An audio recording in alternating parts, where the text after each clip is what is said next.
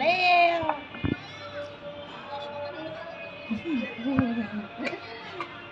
สาวงามปะ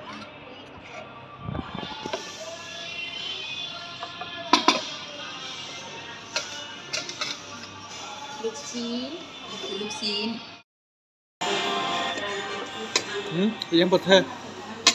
นี่ชื่อของอยู่บนกล้องนี่บ้างแต่จริงๆอันนี้ใส่เมนแซ่บ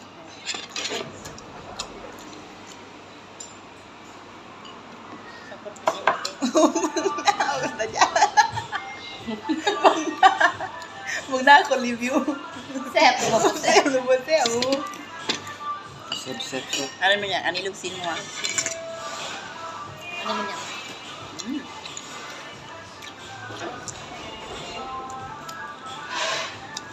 กล้องพยายามเนาะเขินงานเขินดังงานอยู่เขินดัง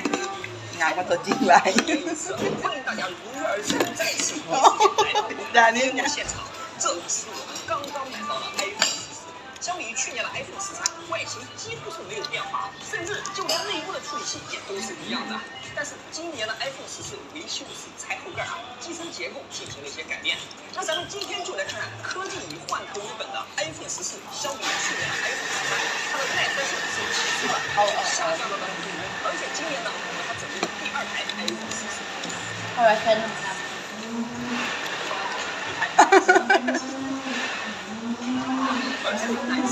咱们今天就来看一下带壳。细腻一点。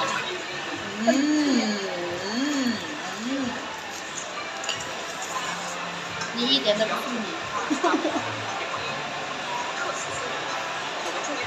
อะไรเนี่ยผู้หญิงเรียบร้อย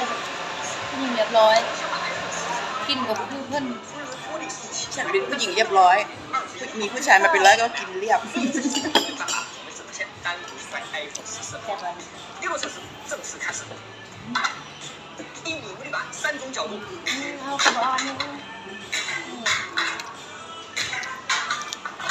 1米无力板3种角度，2台 iPhone 14都没有任何问题。上大理石，啊不对，上石板。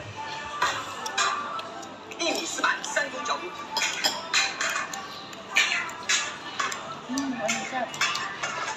1米4板3种角度，这台裸机的 iPhone 14左侧金属边框已经出现了一些轻微的变形了，说明这个金属松框呢还是比较不耐摔的，1米的高度就能够摔出变形。好，那咱们接下来上第2天板。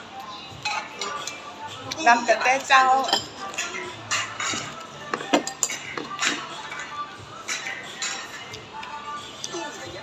种角度摔完了之后，这台裸机的 iPhone 14，它的屏幕保护玻璃和背面保护玻璃并没有出现任何破损，但是它的铝合金金属中框是出现了更为明显的一些变形。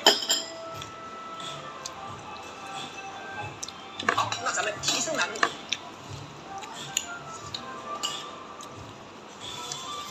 那保安工资还有多少？没多少了吧？你看一下吧。等一下我问那个老板，如果老板还在呢？下个月走是吧？我要拿他，我现在要拿他的钱。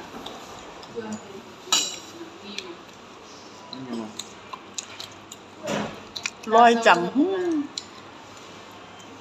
每次他欠我钱都是换钱换一半。然后他下个月他要去阿特波了。阿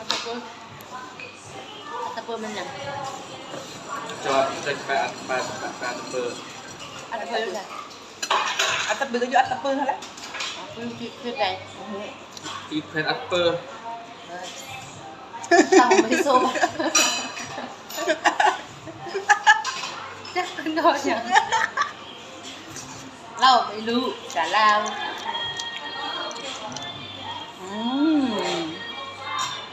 Itu kenapa sudah oleh? Step ini. Kedua awal tadi mah. 等下来去看。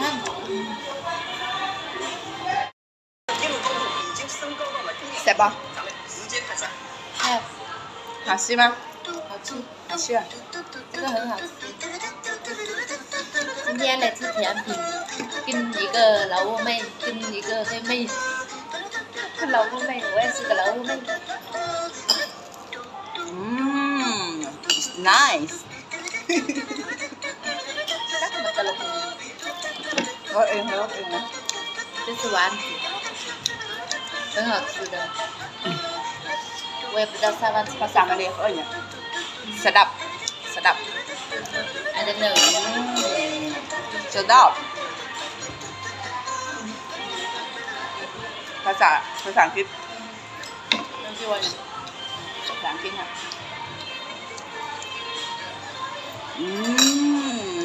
delicious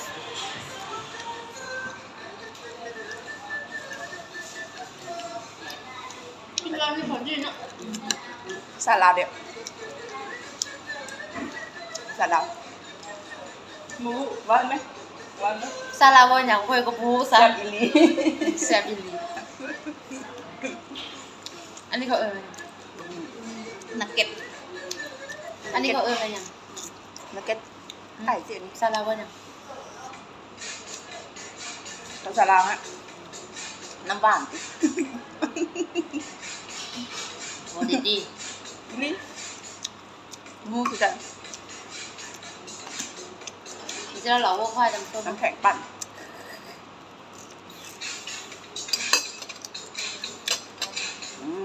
เดี๋ยวมันจะ 我就เอาอันนี้เดี๋ยวอันนี้ โอ้เนี่ยเสียแล้วเพิ่นกินเนี่ยบ่เสียแล้วหมูกินอีนาย อันนี้ก็แซ่บเลยชอบมักปันใดก็กินอันเดียวกันเลย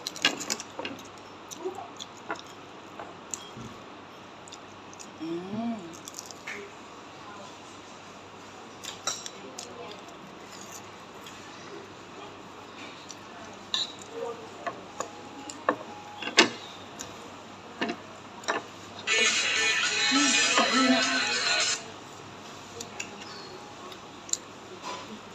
ทีหน้ามีกินหลายนะกินหลายเป็นอ้วนอ้วน不开。iPhone 14的灵动岛现在遭到了全网的嘲笑，因为它连自己的短信通知都不能使用这个灵动岛去灵动的显示，但是这个样子一旦你提前去使用这个信息， ผักกับแซ่บค่ะถ้าเป็นผักเป็นแต่ผักกับไวเหลือนะเดี๋ยวนี้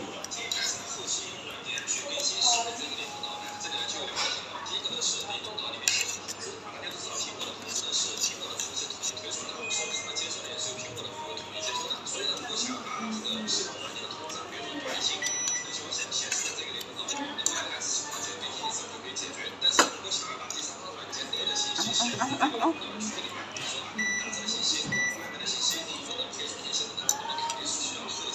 有了吧？แกมองละ